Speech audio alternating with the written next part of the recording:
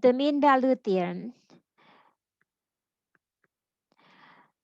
If the function f is continuous on the closed interval ab and differentiable on an open interval ab, then there is at least one point c on an open interval ab such that the slope of the secant line passing the point A and point B equals the slope of the tangent line at the point C, where C is somewhere between A and B.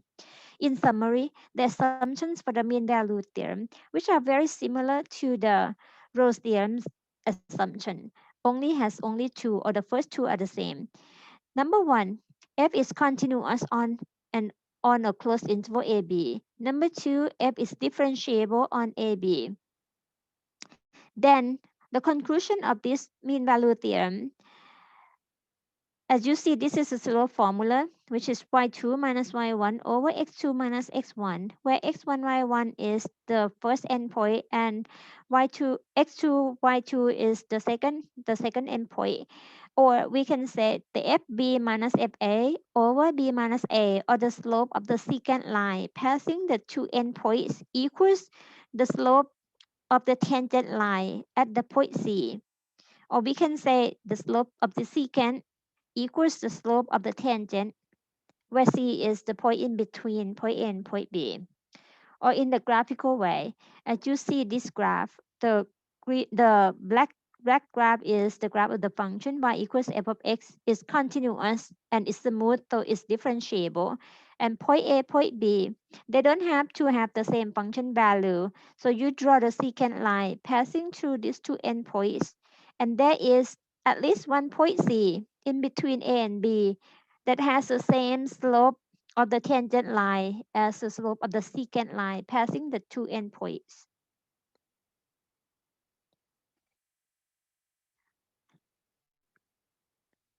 For the example, the number one, the function f of x equals 7 minus x squared from the point A, -1, point B, +2.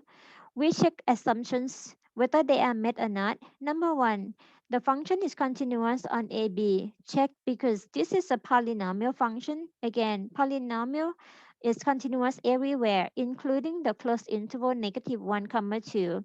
Number two, is f differentiable? If we find the f prime is -2x, yes, that is another polynomial function, so it's defined everywhere. Therefore, f is differentiable on an open interval -1, 2. With the conclusion of the mean value theorem, the slope of the secant line that passing through the two endpoints is the same as the slope of the tangent line at the point C, where C is somewhere between point A and point B, or we say C is the interior point.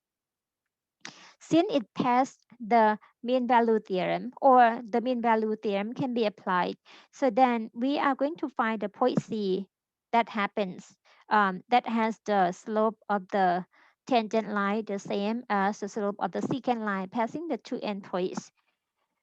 First, find the function at A, or the function at -1, which is 7 minus -1 squared, or +6. The function at B, which is the function value at 2, equals 7 minus 4 squared, or 3. So then the slope of the secant line, which is FB minus FA, or 3 minus 6 divided by B minus A, or 2 minus -1. And then we get the slope -1. And also the f prime at C, which is -2c, which is the slope of the tangent line at the point C. And then we equate these two numbers, or these two terms together, or the m of the secant line equals the m of the tangent line. We get -1 equals -2c, or c equals 1/2. If c is 1/2, the function value at 1/2 equals 7 minus 1/2 to the second, or 1/4. So then we get 27/4. Or the order pair 1/2, 27/4 will give the same slope as the slope of the secant line passing the two endpoints.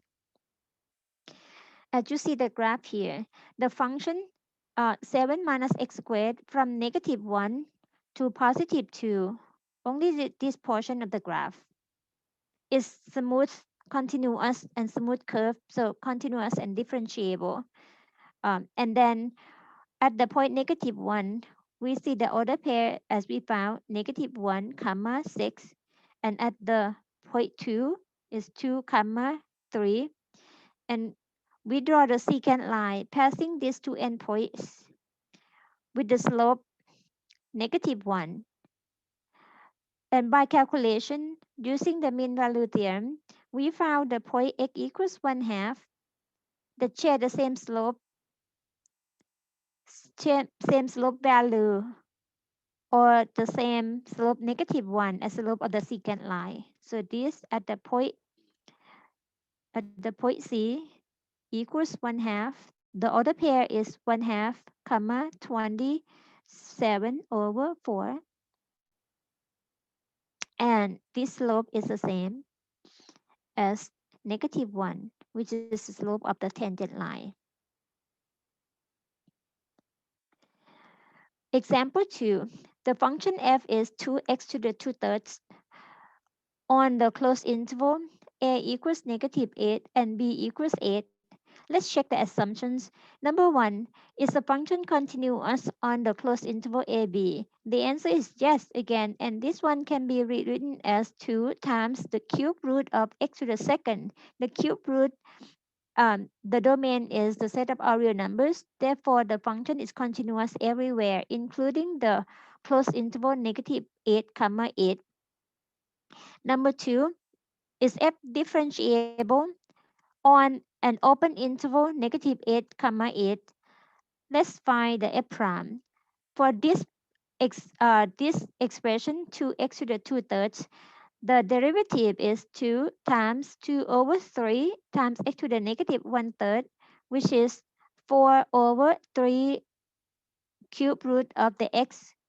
Again, the denominator cannot be 0, so the derivative is not defined at x equals 0, which is the point on an open interval negative 8 comma 8. So then this function is not differentiable for the entire open interval negative 8 comma 8. As you see the graph, from negative 8 to positive 8, the graph is continuous everywhere. But at the point 0, it has a sharp turn. That means slope on the left and slope on the right of the curve, they are not the same. So at this point, it's not differentiable. Therefore, the mean value theorem doesn't apply.